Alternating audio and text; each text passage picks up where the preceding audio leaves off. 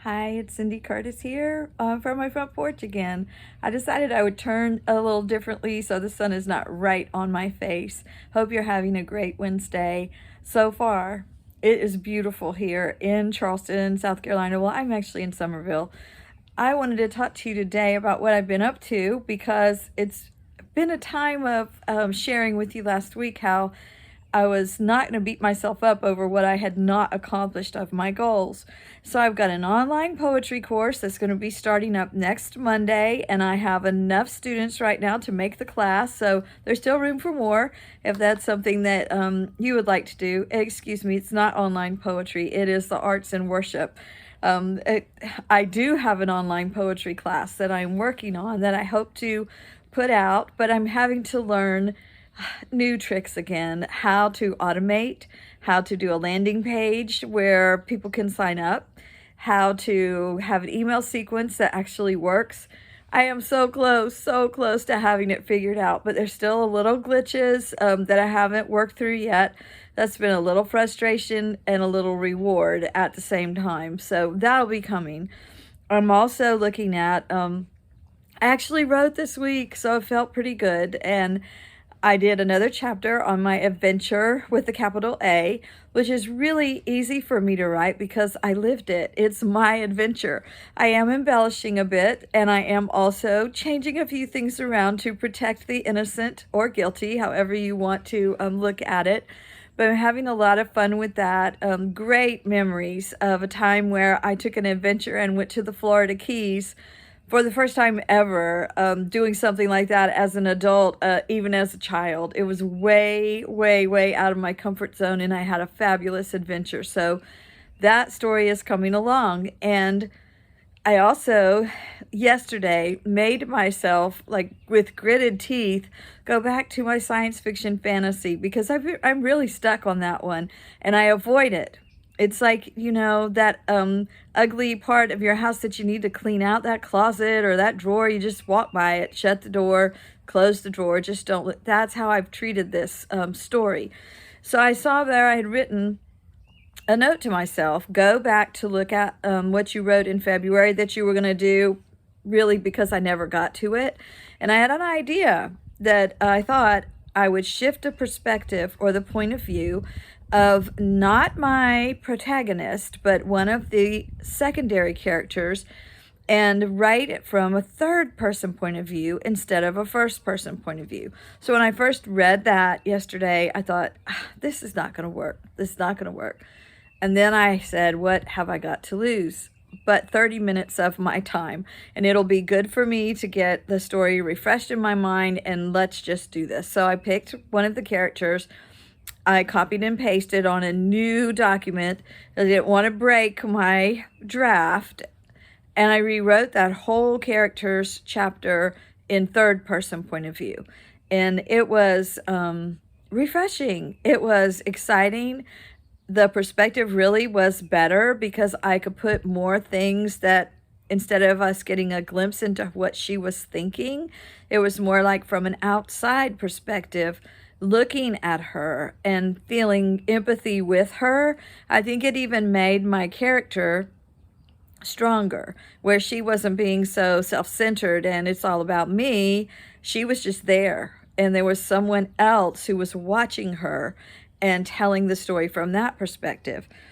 And I was wanting to share all of this with you for two reasons for Wednesday Words today. First of all, just that reminder, even when you don't feel like doing something, do it anyway. Whether it's writing or whether it's something that you've been meaning to do. Maybe there's a friend you need to call. Maybe there's someone that you haven't spoken to, family member, in years, and it's time to mend the fences. Don't put it off any longer. Go ahead and just take that plunge. What have you got to lose? That's you've got that guilt, that weight, that nagging at you. That's what you've got to lose. And that's where you're going to push through to the other side and come up with something, I think, that will be a shift in perspective for you, a relief, a change. And I'm already feeling like I'm unstuck with that novel. And it's it's hard to look at how much time and effort I've put into that novel. I mean, I have a complete draft, almost 60,000 words written.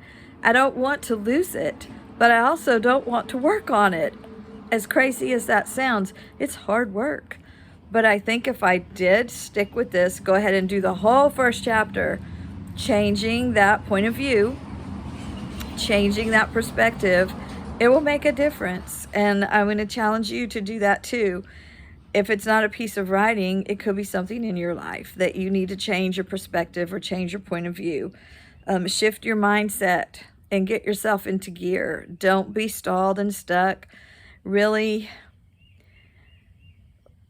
we all say this, but I don't know if we really embrace it, that life is very short and it's very fragile, and anything can happen to anyone. There may be someone that has recently passed away that you never got to say those final words to, or just to reconnect with, and they're gone. There may be something that you've been holding on to. You don't know why. It's just there. It's time for you to maybe let that go. Shift your perspective. I'm here to tell you today, don't wait. Go ahead and push through, whatever that is. For me, it almost feels like fear.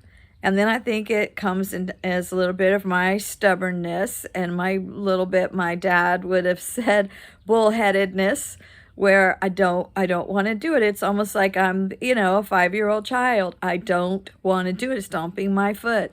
So I have to get past that, and then I can move on. And for me, that's when I ask God for help. And I say, Lord, let your Holy Spirit take over for me. Get me past these obstacles that are keeping me from going where I need to go. So I would say, no matter how much faith or how little faith you feel like you have, that is something you can rely on every single time.